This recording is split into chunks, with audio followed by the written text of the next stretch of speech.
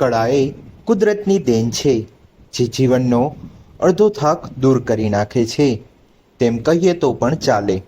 અનેક કલાકારો એ પોતાનામાં રહેલી કળાને જીવંત રાખી તેમાંથી આજીવિકા પણ મેળવે છે. ત્યારે આવા જ એક અનોખા કલાકાર જામનગરમાં પણ રહે છે, જે યુવતીએ રેઝિન આર્ટમાં ખૂબ નિપુણ છે. આ ઉપરાંત 100% યુઝફુલ ચોકલેટ બુકે, કપડાં રંગવાની કળા, ટાઈ એન્ડ ડાય પણ જાણે છે. તેણીની આ કળા તેમની માતા પાસેથી મળી હોવાનું તેઓ જણાવે છે. જય જિનેન્દ્ર, હું ફેની દોશી. મને આર્ટ એન્ડ ક્રાફ્ટનો બહુ જ સારો એવો બહુ ટાઈમથી શોખ હતો, એટલે હું છેલ્લા 1 વર્ષથી રેઝિન આર્ટ મેં શીખ્યું છે.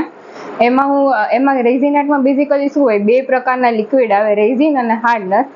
પહેલાં એક લેયર પોર કરવાનું અને એને 24 કલાક સુકવવા દેવાનું, પછી બીજા દિવસે બીજું લેયર પોર કરવાનું અને એને 24 કલાક સુકવવા દેવાનું. એમાં બધા ડિફરન્ટ કલર્સ આવે છે અને એમાં ઘણી બધી આઇટમ્સો બને છે. નવકાર મંત્રની ફ્રેમ છે, ફોટો ફ્રેમ છે, કોસ્ટર્સ છે, પેન સ્ટેન્ડ્સ છે, દીવા છે અને ઘર સજાવટની ઘણી બધી વસ્તુઓ બને છે. શુભ લાભ છે, ગણપતિ છે, જે હું મારા શોખ માટે હું શીખેલી છું. અને મારો જ્યારે નવરાશનો જે ટાઈમ હોય, હું એ વસ્તુને ફાળવું છું કે અને આજના લોકોને આર્ટ એન્ડ ક્રાફ્ટનો વધારે જ ક્રેઝ આવી ગયો છે, તો કોઈને ગમતું હોય તો એને હું તૈયાર કરી આપું છું એ વસ્તુઓ. જામનગરની 25 વર્ષની યુવતીને આર્ટનો ખૂબ શોખ છે. ફેની દોશીને નાનપણથી જ કળા પ્રત્યે લગાવ હોવાથી તે વર્ષોથી જુદા જુદા આર્ટવર્ક કરી રહી છે, જ્યારે છેલ્લા 1 વર્ષથી તે રેઝિન આર્ટ કરે છે. રેઝિન આર્ટમાં તેમની નિપુણતા છે. તેણીએ રેઝિન આર્ટથી અલગ અલગ વેરાયટીની વસ્તુઓ બનાવી છે. આ ઉપરાંત તેમણે પોતાના ઘરમાં ઉપયોગમાં લેવાતી મોટાભાગની વસ્તુઓ પર પોતાની કળા પાથરી છે.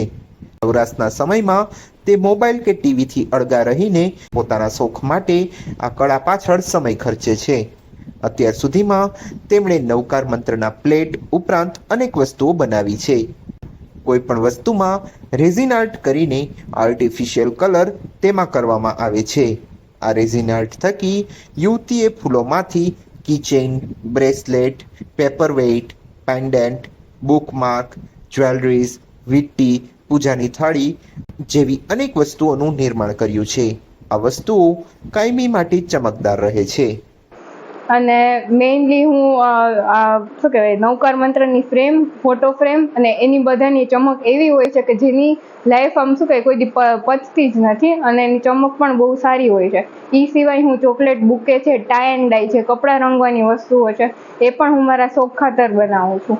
અને એક પ્રકારનું શું કહે કે મને આ બધું આર્ટ એન્ડ ક્રાફ્ટ મને ગળથુથીમાં આવેલું છે, કારણ કે મારા મમ્મી પણ આ બધી વસ્તુઓ બહુ સારી રીતે કરતા હતા.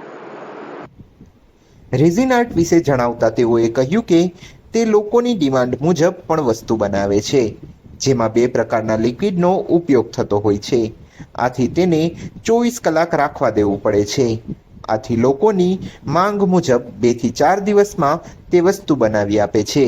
સાથે 100% ઉપયોગમાં લઈ શકાય તેવા ચોકલેટ બુકે પણ તે બનાવી આપે છે અને કપડામાં રંગરોગાન પણ કરે છે.